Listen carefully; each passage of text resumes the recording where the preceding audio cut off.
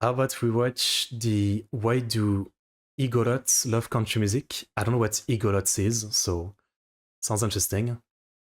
By Cine Tactic. Here we go. The history of Philippine cinema is tied with the colonial narrative. Our first understanding of cine comes from the zarzuela of the Spaniards. Okay. The medium of film is brought to the country by the Americans. The Americans. And the notion of national cinema is a legacy left by the Japanese. Okay. It was the Japanese who first envisioned that there must be virtues and principles that tie together Filipino films.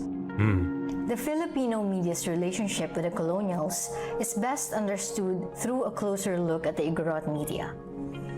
While the Igorots have been spared from Spanish invasion, they failed to escape the coming of the Americans. Of course. It is them who, until today, continue to experience American colonialism Is through Igorot their like a food, tribe? fashion, and media. In this discussion, we heavily rely on post-colonial theorists, particularly on Homi Bhabha and his concept of the three spaces. Okay. What's the ring? That's the name? One of the first subjects of early films in the country Booba. was the Igorot culture. Booba. They were shown in the films shot by archaeologists/American It should be fine. propagandist It's historical footage. Dean Wooster. YouTube, please. His films portraying the Filipino life cemented the It should be fine, but it's YouTube, so like I'm scared. Like it should be fine, but colonial mission of the Americans. In his film reels, he successfully persuaded the American public that Filipinos need their colonial masters. damn. He showed that Filipinos are savage and lazy, who need the rule and guidance of white men. I never thought about this. Yeah, I guess there would be colonial propaganda movie like that. Trying to literally like convince the population that they need to be colonized. That makes sense. I never thought about it because when you think of colonialism, you think of like, you know, not that much recent history, but I guess there's still a lot of it in recent history. This colonial notion of the Igorot was carried out even after the American occupation. This is my daughter, Princess Myla. Popular cinema in the country continued to portray the Igorot as an other. The obsession of the producers and filmmakers to depict the Manileño life somehow meant the assertion of stereotypes and generalizations on the Igorots. Here, Igorots are depicted as the contrast of the prevailing Western or colonial standards. While the colonizers are progressive and developed, the indigenous are painted as lazy and impoverished. There is a binary opposition between the colonized and the colonizers. Colonizers are attached with positive attributes, while the colonized are seen in a negative manner. As a French colony. That wouldn't be In an good. effort to blur Like the no opposition colony. between the colonized and the colonizer, mimicry happens. Here, the colonized mimic the colonizer's identity. Take fashion and music, for example. The Cordillerans try to imitate the country music of the Americans. To create this cowboy subculture, the Igorots would wear boots, denim jeans, and cowboy vests. Okay. This Igorot music video shows the Ibaloy appropriating the American country music genre.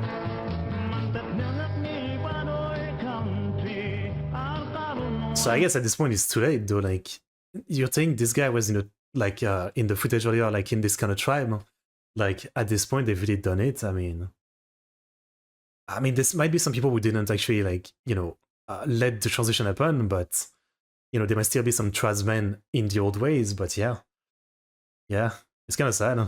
Kind of close colonization of Indonesia performed now. in pub-like settings, similar to American pubs, with the singer's look completed bass guitar. The Igorots mimic the identity through using the cultural artifacts of the colonizers in a bid to be like them, to share the power possessed by the Americans. It is important to recognize, though, that the practice of mimicry is a flawed effort to define identity. Yeah. Copying the colonizer does not put the Igorots in the same position of power as the colonizers. Yeah. That's pretty sad. Ability. In a way, The Igorots understand that imitation alone will not make them equal with the Americans. Hence, they have to renegotiate their identity by mixing their own identity with that of the colonizers.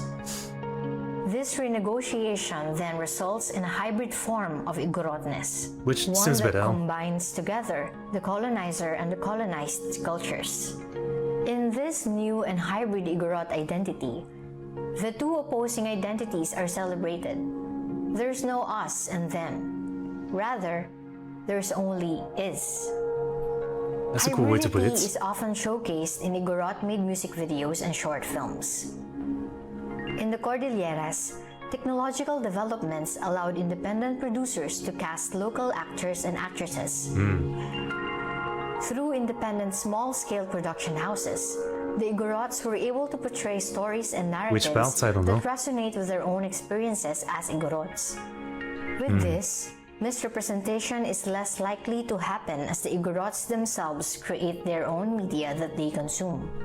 Tinarawid mo din Metro Manila. Gasumparay. Sa lugar tayo nga rodan niya. Amumitin. Kanayon nga uyawin na. Sursurunin na nga jak amutag sa uiti Tagalog. The recording and re-recording of the Igorot experience offers us a view on how media mediates the formation and reformation of our identities. Okay.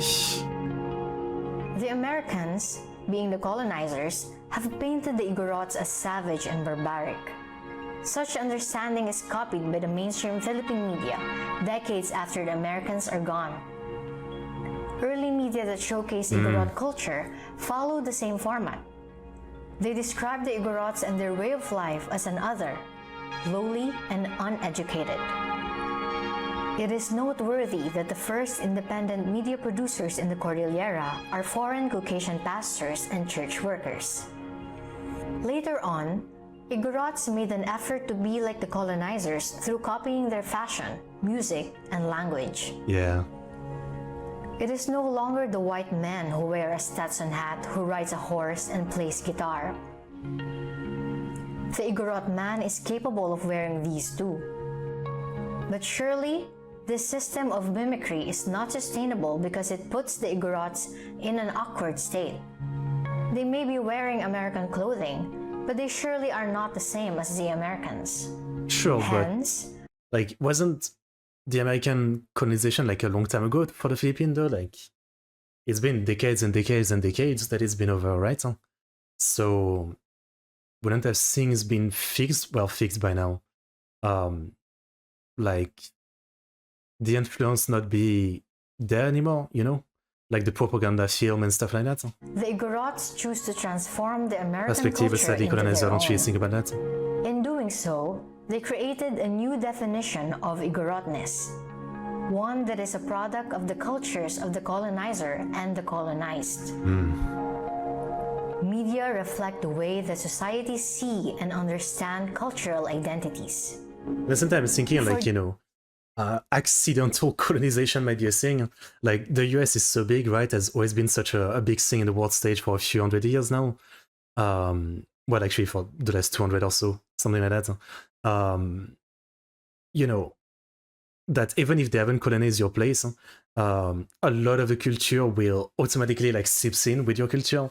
Like, when I think about it, you know, like, just overall, like, you know, the American like movie machine. I assume in most countries, you know, everybody has like ton of American movie. And for me, when I think about it in France, for example, yeah, like, you know, growing up, there was so much American stuff that probably influenced me. So even with that colonization, like, you know, when you think about it, yeah, like, you know, the most massive popular country, by just, you know, that alone being a thing, will influence other people from the country. And, you know, the original culture might lose themselves a little bit by mixing with this other culture. Does that make sense? What I'm trying to say? Decades, the Igorots have been misrepresented by the lowlanders, as seen in media text the latter create. Spanish type. In the advent of democratized technology and means of production, we see shifts in how Igorotness is formed and mediated. We have defined Igorotness as a hybrid of American and Igorot identities. Okay. Yet, cultural identity, as well as ethnicity, is fluid. In this ever-changing environment, the definition of Igorotness is also changing, unstable, and not fixed. Sure, like all It is culture. up to the Igorot to find empowerment in being Igorot and in defining himself. To be empowered is for the Igorot to claim his own identity and not to rely on the identity that others ascribe to him. To be empowered is for the Igorot to consider himself not as a poor copy of the West, but as creatively appropriated elements of cultures to which he has been exposed. Yeah, fair enough. Fair Wish enough. to know more how the Igorots negotiate their identity by and through media? We wrote our thesis on hybridity, the Igorots, and their music videos, which can be found at the UPB library. Or leave your comments below to get an e-copy. Thank you for watching, and please consider subscribing. We would like to continue making video essays on Philippine media. Okay, very interesting. It is kind of logic. While people point at European and American as bad colonizer, they didn't see the Muslim did as well. I mean, all colonization is kind of bad. I think we talked about that once, right? Like there might be some example like the Dutch or something who like maybe didn't do as bad as others, but for the most part, like it's kind of fucked. It's not the way to do it, and it's obviously bad, right? So no matter what, yeah, it's not great. It's not great. Interesting video. I mean, obviously, we don't know much about the Igorots. I didn't know they existed until this video, so I guess it's just like a classic tribe in ancient tradition, I assume. Yeah, obviously, the damage has been done, right? Like, you know, probably generations of them have been so influenced by America that it's probably losing a lot of the old ways. But I'm sure there's still some people who held out and still say the same as before, right? So pretty, you know, the culture can still be preserved to an extent and remembered. But yeah, when I'm thinking about it, at the same time, it's like, you know, even if it wasn't like, you know, colonized by any country, a lot of tribes have, you know, in country that weren't colonized, for example, a lot of tribes have just automatically kind of evolved, you know, by interacting with the rest of the country, you know, evolving themselves. But obviously then they keep still more of their identity because they don't have an outside country coming in or something. It's interesting. It's interesting. But again, like, I don't think that's why not a word like, it's like, you know, some kind of like accidental colonization, but colonization is probably not the right word, but like, you know, again, where like a country is really influenced by another country's culture without really being colonized.